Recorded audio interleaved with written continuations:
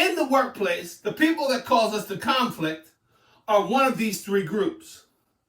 I need to talk to you about the three types of employees that we have in the workplace so that you can begin to think about the individuals that may be bringing you this undue conflict. The first group is the engaged worker. They work with purpose and passion.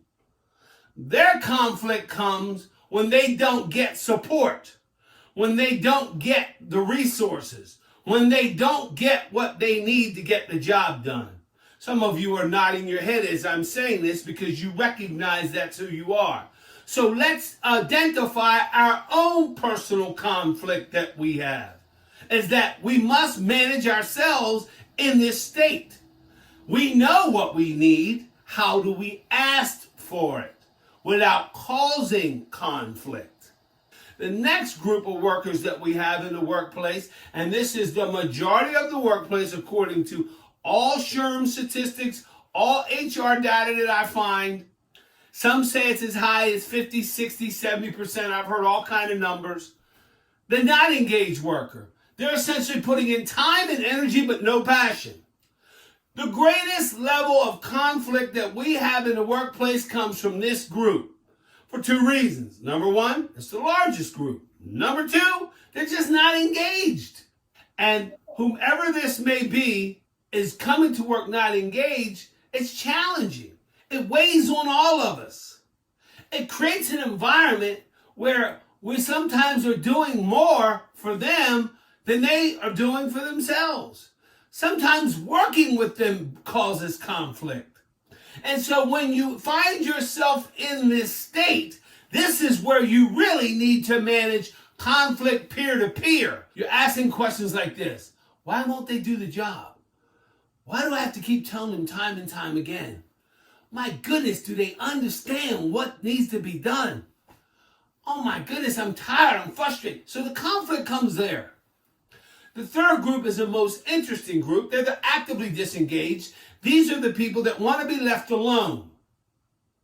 They're a small number of the organization, but the conflict they bring is nowhere near in comparison to group number two. I recognize personality plays a big part in conflict. You know, how we view the world, what we think about ourselves, what we think about others, and how we conduct ourselves. You know, I want you to write this down or really think about this today. If you think this resonates with you, I want you to think about this statement. While the learning curve of life has taken me 60 years to get to this state, it is the unlearning that I never get to that keeps me trapped right where I'm at.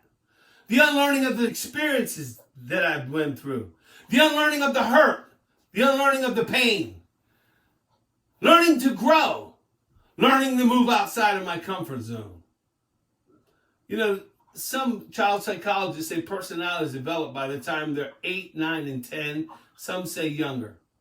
You know, as I described being the only child, my idiosyncrasies, my personal kind of nuances, if you will, all my flaws, all the things that I bring to the workplace every day, here's what I've had to learn.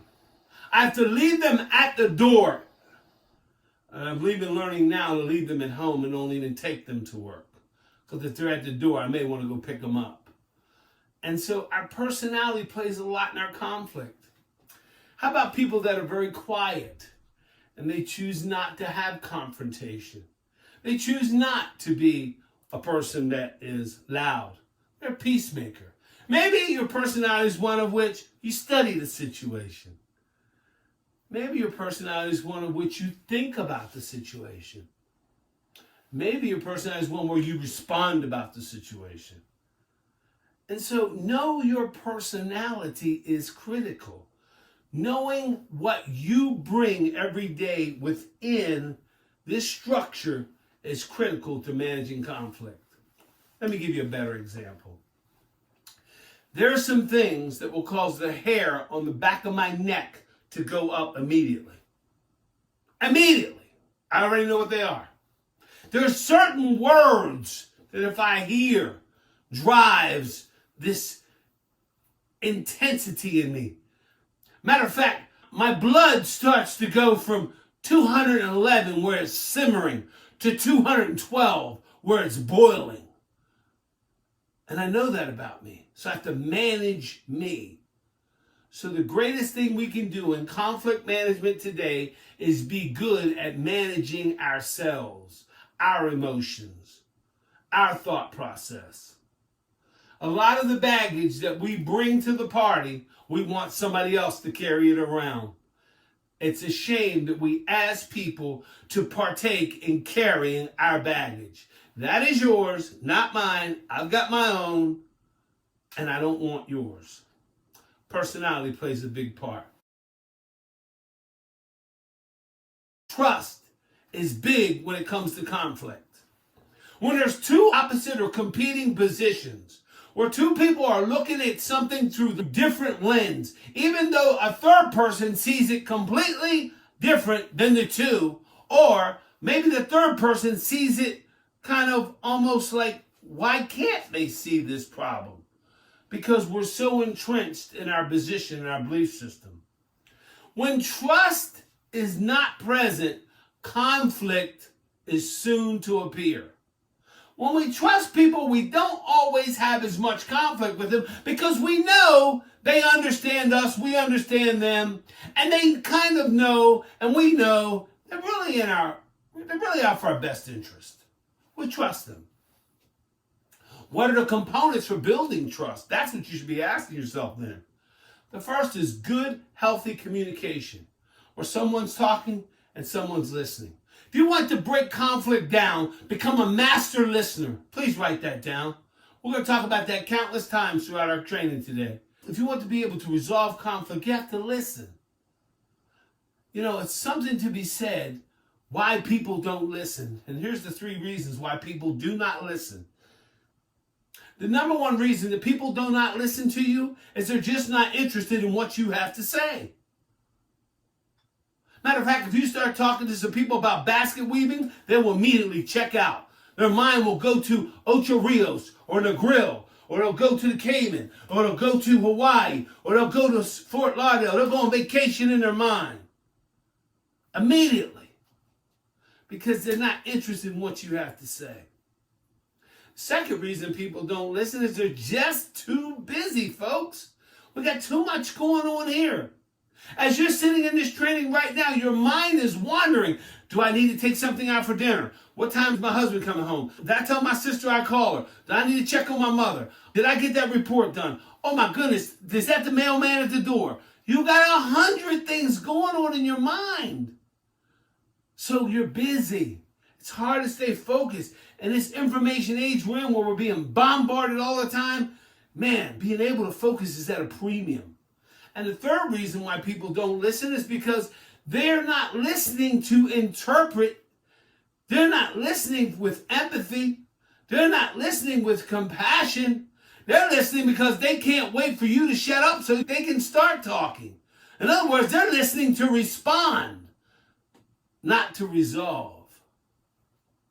So the first component of building trust when we're in this conflict situation is communication. The next one is relationship.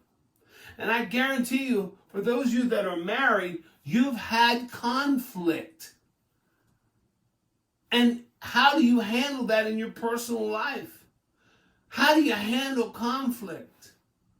Because you understand when you're in a relationship, it's far more than just a discussion. We're going to have conflict. We're in it for, remember, the greater good, the ultimate goal, the end game. When people are in it for the long term, the conflict is just part of the process. We should expect conflict. My goodness, what conflict has the pandemic brought upon us, where we've had to rethink some things, reaffirm some relationships, reaffirm some ways of thinking. The challenge with building trust there is it takes so much time. And while it takes years to build relationships, it only takes one bad decision or seconds to tear it down.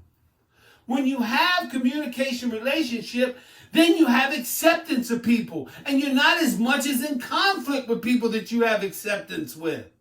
You're only in conflict with people that you're doing the opposite of acceptance with. And guess what that is? Tolerance. When I'm tolerating you, there's conflict. Every morning, my mentor taught me this little drill that I do every morning. I did it this morning at 5:45. I do it every morning. I get up, I look in the mirror, I brush my teeth, and I ask myself the most important question of the day. Milton, do you like you? Because if you don't like you, you're going to take you with you, and it's going to impact other people. And it's certainly going to have conflict.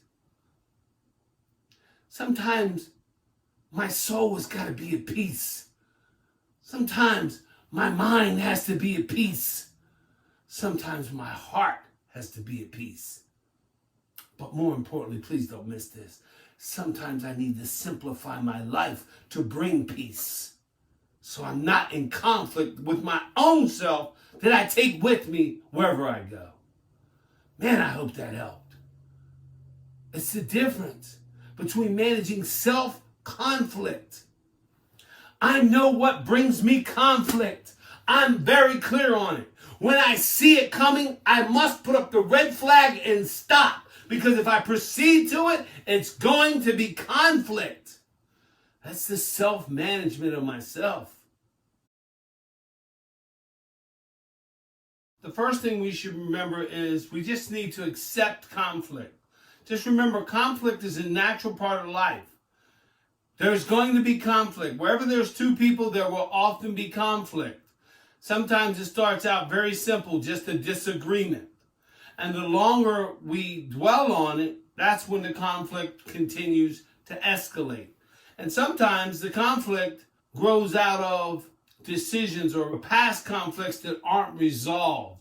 And then when we see the person, it invokes in us a feeling or an emotion about the conflict of the past.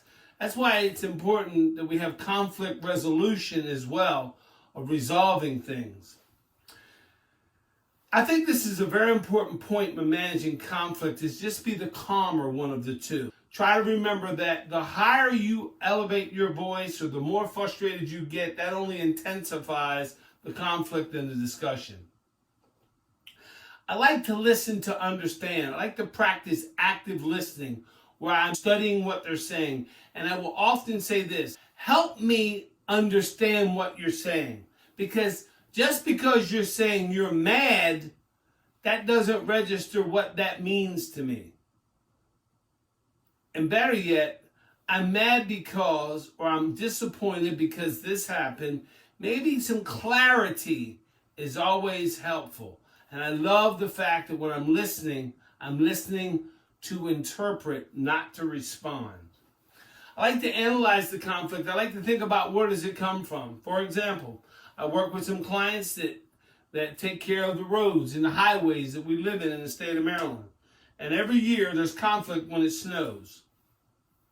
So they know this conflict is coming as sure as the precipitation falls out of the sky and it forms in the water and it gets ice and snow, there's going to be conflict. So what they do is they do something called pre-framing. In other words, they put themselves into conflict before the conflict arises and think about how from the end point to work backwards to manage it. If we have an employee that is bringing us conflict all the time, we shouldn't be surprised. We should start learning that people are who they say they are and what they do. And if they act in a manner that brings conflict, we should know we have to sharpen our conflict management skills and tools when dealing with them. There's some people that like conflict. Conflict is their default. It's their safety switch. It's their go-to. They like confusion. They feel better there. They're in a sense of comfort. And so each of us needs to think about conflict from how we personally process it and how it affects us. Remember, you can't change the other person. The next tip I want to talk to you about is I like to use very neutral language. I don't like sarcasm when I'm dealing with conflict. I like to talk just distinct facts. I like to make sure that I'm very clear on what I'm saying. I like to use phrases and terms that don't escalate, don't cause this to explode. And then, this is the difficult part, is separating the person from the conflict. When sometimes we're involved in a conflict, the first thing we say is we go to our past history of the person. This is who they are. This is every time you turn around. I don't care what happens. The common denominator is them. Well, the truth of the matter is that's true. It's not fair that every time we come to the conflict, we come with that sense of thinking, because this particular time, they may be actually right, or they may be innocent, or they may not really have the conflict. It may be with you that the conflict lies.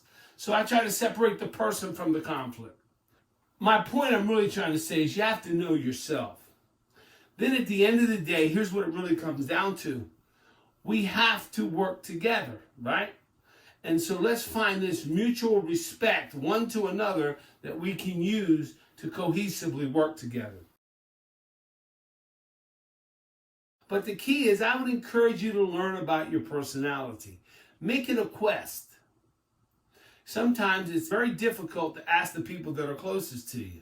Sometimes it's very difficult to take this deep dive to open these doors up to discover who you really are. What are my idiosyncrasies? What are my quirks? What are the things I do? What is it that I project?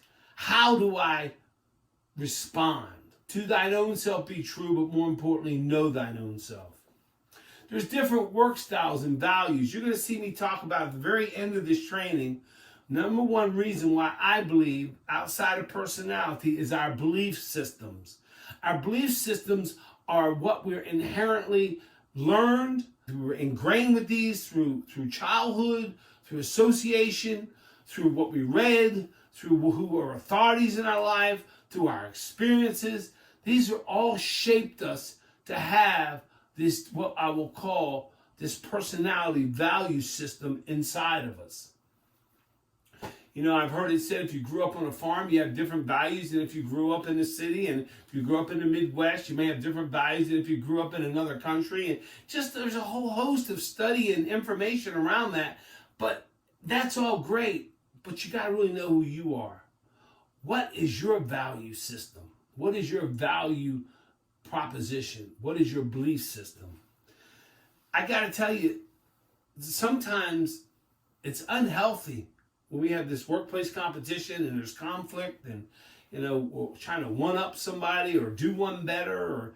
And that may be a competitive nature that you have that's inherently in your personality, but it doesn't serve us well when we come to work for the purpose of serving someone in a common goal. So keep those things in mind. And finally, here's where conflict's going to show up every time. When there's inappropriate workplace conduct, where people are saying some things, disrespecting some people, sharing their personal belief systems at work.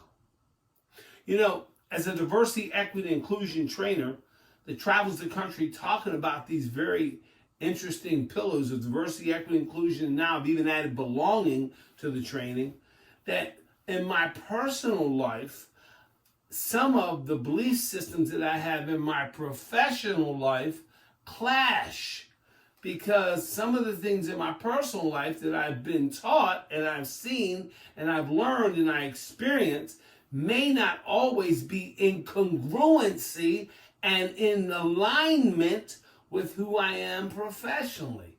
Now you may be asking yourself, what? If you're really honest with yourself, you can look at some things that you've seen, said, heard, learned, and done that was in home that you better not bring to work. And so that causes conflict. How about policies of the organization? Inherently, the way the organization's run causes conflict because it's a political and the budget is approved and there's commissioners and it's based upon population and vote and all this. Man, that's conflict because some people that need it don't get it based upon budget. causes conflict. So we live in a world that's basically a world of conflict. It's how do we manage the conflict? We can't give everybody what they want, but we sure can do our best. So let's move to the next one. So this is important. When you think about conflict, just remember this. Conflict is inevitable as long as there's two people around. There's some people that can be in conflict against their own selves. They don't need two people. They can be torn just between themselves. I have a friend of mine that tells me she has an alter ego and a personality. And when that other person shows up, she's in conflict. I'll leave that alone, but some of you get the point of what I'm trying to say. Different viewpoints, ideas.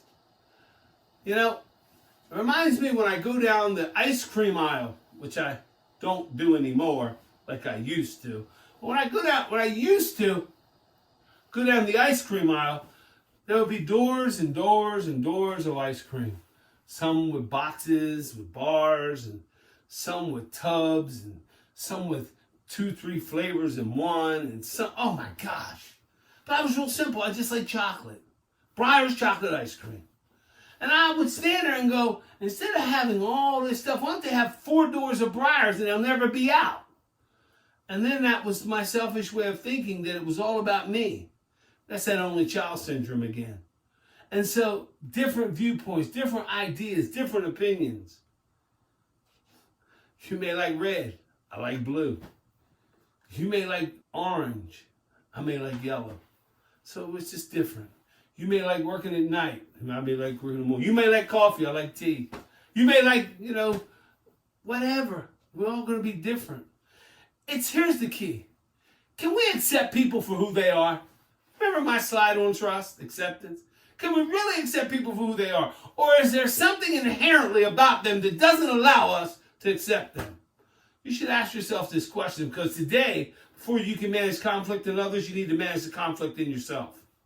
And that's the first place we start. Self-management of conflict management within self will promote a healthier you. And I got to tell you, there's something to be said when you're in harmony and unison and at peace with yourself. It seems like conflict leaves you. There was a time that I had to have an umbrella when I was walking around with the sun shining just to beat off conflict. There was a time when I had to have a rain suit on even when the sun was shining just to repel conflict. There was a time I had to wear an iron suit just to combat conflict. So I had to simplify my life, simplify some things. So it lacks sometimes with a lack of internal harmony. If I could change the belief system of people, I could have world peace tomorrow. I could solve all the social ills if I could just change your belief system. But I can't, because your belief systems are inherent to you. And by the way, what right do I have to change anybody's belief system? Because I don't want you to change mine.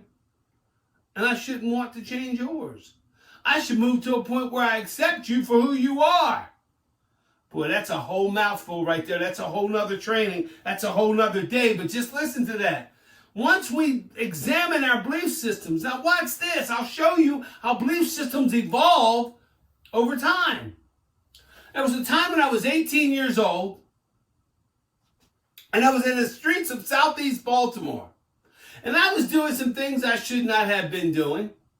Matter of fact, I had all my inventory in this pocket and all my money in this pocket. Don't worry about what I was doing. You'll figure it out later.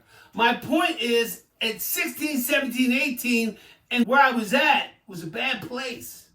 And I was trapped in a place that my belief system had taken me to, that I thought this is all there was. And as my belief system changed, and my mentor came in my life and poured into my life, and my belief system began to change, I remember getting married at 32 and having my first child. Do you think my belief system had changed from the time I was 18 in that 14-year time period? Absolutely. I remember at age 50 having something catastrophic happen to my health. You think my belief system changed because of my mental health and things that happened to me? Absolutely. I remember at 60 going to the doctor and him saying, reading me the riot act about my weight, my cholesterol, and everything. And I was like, do I need to hear this again? But he challenged my belief system, which made me yet change my belief system again. Here's my point. Every time in life enough information has shown up that was for the betterment of me, I changed my belief system. Nobody else can do it, only me. And so think about that with conflict. You can't change somebody else's belief system. Matter of fact, their belief system is a complete result of what I said before, their association, what they've learned, what they've read, who they've spent time with. You're just a composite of who you are. The next part on this slide is the actions. If you think about your belief systems and then the actions that you have as a result of your belief systems, that's why you're in the station in life that you're at today. That's why we can't blame anybody else. And I hear people say all the time, because I might as well tell you. Native American growing up in Southeast Baltimore, we got the highest suicide rate, highest dropout rate, highest alcoholism rate, highest drug rate per capita as a group of people. And I satisfied every one of them. I checked that box on all four of them, Tanya. Every one of them. But yet, my actions was not lining up with who I ultimately wanted to be. I was in conflict with myself. It wasn't until I changed my behavior. And this is where the work starts, is when we change our behavior. How many of you know if you just get up and you just walk for 5 minutes a day, just 5, just get up and start working 5. Then the next day, maybe you can walk 7. You might be able to walk 8. I don't know. Don't push it. Then maybe you go to 2 to 3 days a week walking and you go up to 10, 15 minutes. But it all starts with something small. And that's the actions that we take to change our behavior. If you want to take care of conflict in your life, go to your belief systems. Go to what you think about things and examine that. Folks, I got to tell you, in my personal life, I'm so judgmental. I'm embarrassed to tell you this, but I'm working on it. I'm getting better. But in my professional life, that's why my therapist says there's professional Milton and play Milton. Play Milton has got a lot of work he's still got to do. But professional Milton can put his suit and tie on. He knows exactly the right things to say, the right way to behave. He knows exactly how to articulate because I've done this for 30 years. It's that other guy that I'm having the problem with. I'm in conflict sometimes. I hope I'm helping you. I'm trying to open up the windows of my soul that you can see in.